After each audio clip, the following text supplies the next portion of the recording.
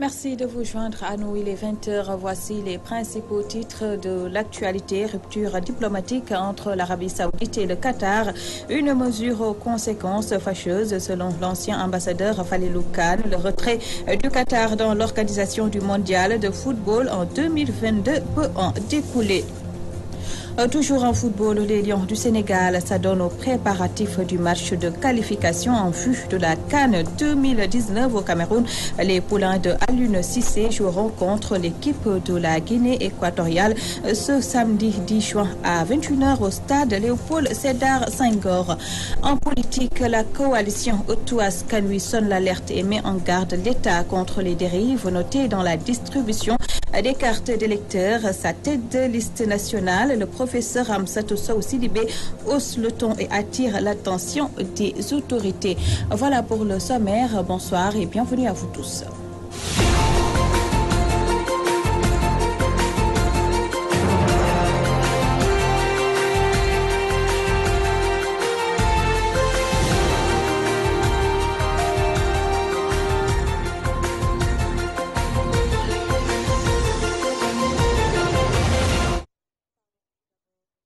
Crise diplomatique entre l'Arabie Saoudite et le Qatar, une crise qui indispose la communauté musulmane.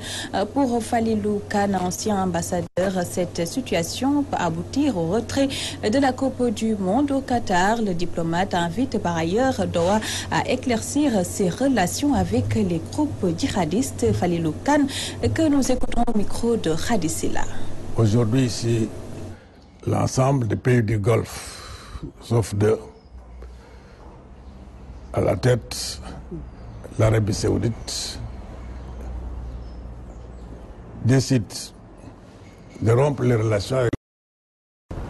Cela veut dire que des renseignements fiables ont été obtenus par ces pays pour aller brutalement vers cette décision. Parce que quand on rompt les relations diplomatiques, cela veut dire que tout est coupé. Et le Qatar, tout pays, petit pays, même s'il a des ressources énormes, il va être isolé à travers le monde. Et je ne serait pas étonné qu'au niveau des pays qui avaient décidé d'aller faire la Coupe du Monde au Qatar, qu'il y ait une décision. Laquelle, c'est à eux de le dire. Mais si un pays est boycotté à ce niveau, ce ne sont pas les athlètes, les sportifs de ces pays qui vont se rendre au Qatar. Vous voyez, depuis que la décision est prise, d'autres pays s'y sont ajoutés, la Mauritanie, les Comores, le Sénégal, en ce qui le concerne, a rappelé son ambassadeur. Cela veut dire que l'ambassade reste sur place.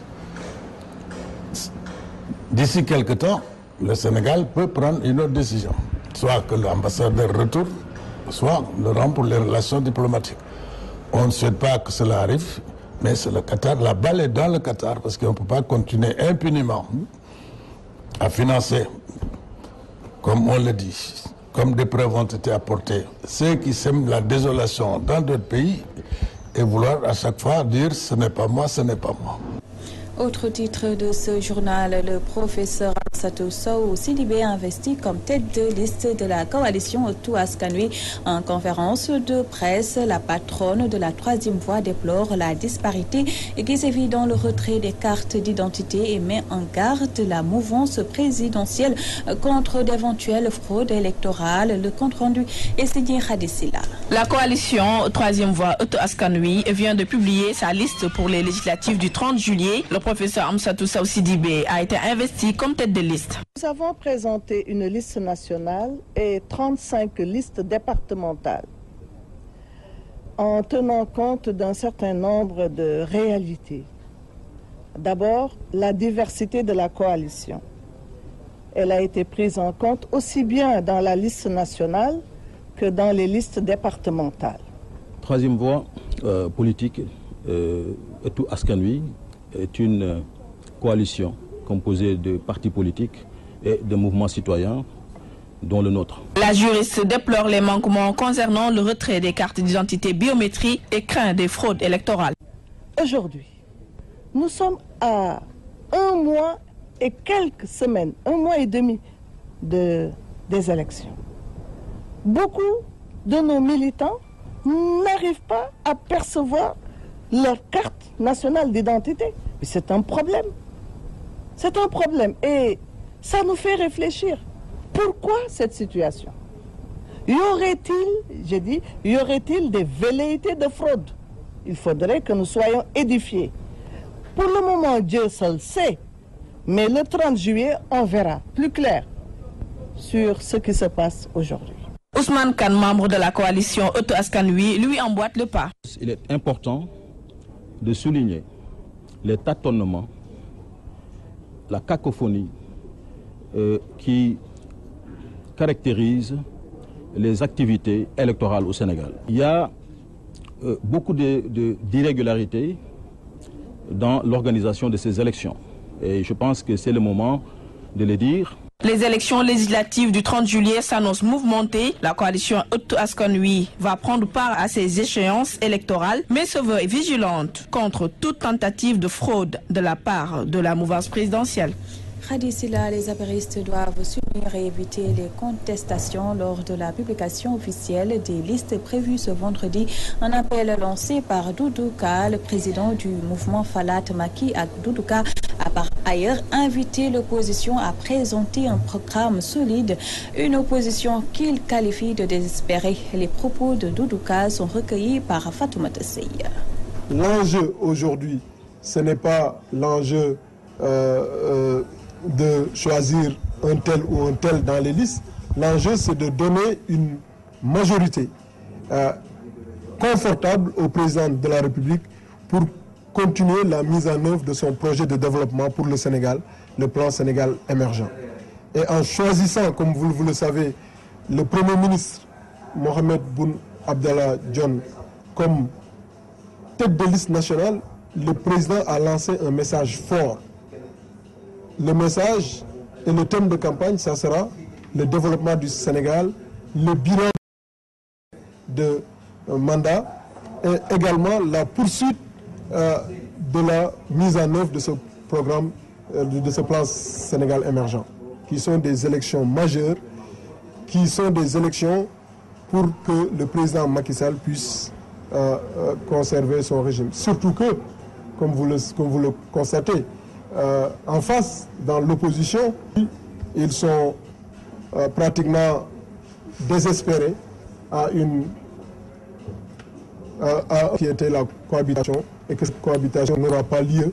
Mais la condition pour que cette cohabitation n'ait pas lieu, c'est l'unité, c'est la solidarité et l'esprit de dépassement. La présentation d'une liste n'est jamais parfaite, mais il faut avoir un esprit de dépassement. Politique toujours à Rufisque. Après les investitures, les libéraux de la section nord se démarquent de la tête de liste à Alioune et refusent de voter toute liste qui porte son nom. Ndiaga Sow, responsable PDS Rufisque Nord, que nous écoutons, il est au micro de Nachib Sagna. Au moment de faire les investitures, nous avons convoqué toutes les 12 sections du département, c'est-à-dire 5 délégués par section. Nous avons discuté à bâton rompu et sommes tombés d'accord pour investir nos candidats. Mais à notre grande surprise, nous avons appris que le parti a pris une autre décision en investissant M. Alioune Mar comme tête de liste du département de Rufisque. Chose que nous ne pouvons pas accepter et nous ne l'accepterons jamais. Nous avons pris la décision, nous, en tant que responsables et militants, de ne pas voter la liste PDS où Alioune Mar est tête de liste. Nous n'allons pas boycotter les élections, mais nous n'allons pas voter la liste Alioune Mar. Le moment venu, nous aviserons. Parlons sport à présent, éliminatoire de la CAN Cameroun 2019. Le Sénégal accueille la Guinée équatoriale ce samedi à 21h. Les fédéraux s'activent pour permettre aux Lions de remporter ce match. Le vice-président de la Fédération sénégalaise de football, Sayer Seck, revient sur la préparation du match. Écoutez, le mot d'ordre, c'est concentration, excellente préparation, récupération après la remise en route de lundi dernier et puis aller vers la victoire. c'est un match qui est un match de qualification.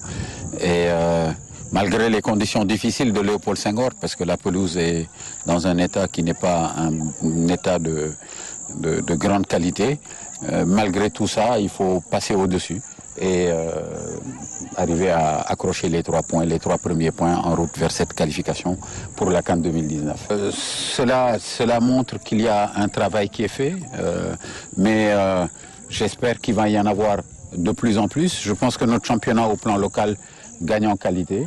Je pense que la prestation d'Adama Mbengue la dernière fois n'a pas été en dessous du reste de l'équipe. Cela montre qu'il y a des joueurs de qualité également au Sénégal et ça montre aussi l'ouverture d'esprit que le coach a, qui n'hésite pas à aller chercher des joueurs dans les équipes locales, du championnat, pour pouvoir les intégrer en équipe nationale.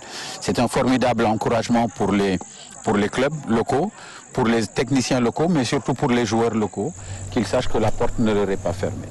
Les joueurs de leur côté se disent prêts pour la bataille. Je vous propose d'écouter le gardien de but des Lions, Abdoulaye Diallo, et le défenseur Khalidou Koulibaly. Voilà, maintenant on prépare sereinement ce match. Il nous reste encore 2 séances d'entraînement pour peaufiner les détails.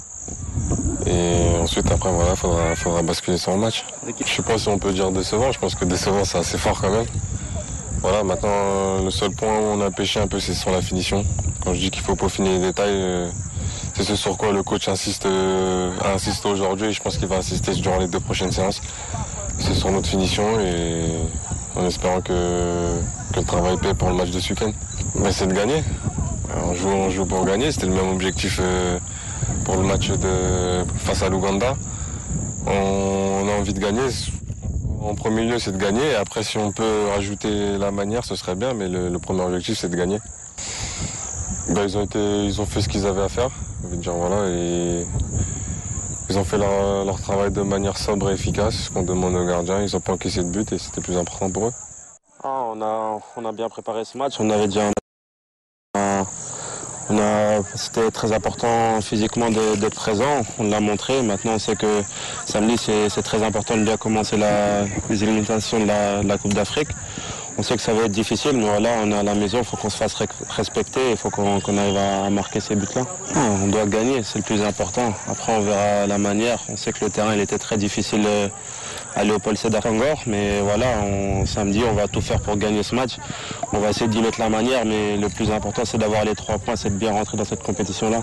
On doit tous être positifs, malgré le match nul, je pense qu'on défensivement on a bien joué, on n'a pas encaissé de but, il manquait juste le but qu'on n'a pas marqué, mais à part cela, je pense que l'équipe du Sénégal a fait une très grande prestation. Après samedi, on va essayer de rectifier ça. Il manque juste le but et voilà, tout ira bien. Je pense qu'on doit être tous positifs, être derrière l'équipe et je pense que les Sénégalais sont derrière nous. Donc c'est à nous de montrer samedi sur le terrain et de ramener la victoire. Ouais, c'est des grands joueurs, c'est des joueurs qui sont très importants pour nous, Sadio et Keita, mais je pense que dans le groupe aussi, il y a beaucoup de qualité aussi. On a vu toutes les actions qu'on s'est procurées, même si on les a pas mis au fond, on a réussi à se faire beaucoup d'occasions de but. Maintenant, à nous de les transformer en but, mais je pense qu'il ne faut pas s'inquiéter, il faut qu'on continue à être positif, on continue à aller de l'avant et j'espère qu'on gagnera ce match, Inch'Allah. Sénégal, Guinée équatoriale, une rencontre comptant pour la première journée des éliminatoires de la CAN 2019 au Cameroun. Voilà, c'était l'édition du 20h réalisée par Fatou Ndiaye Mbaké. Cheikh Tidiane Diop a assuré la partie technique. Votre rendez-vous du jeudi dîner à Diamano, c'est à 21h avec Ousmane Sen. Merci à vous tous de votre aimable attention. Bonsoir.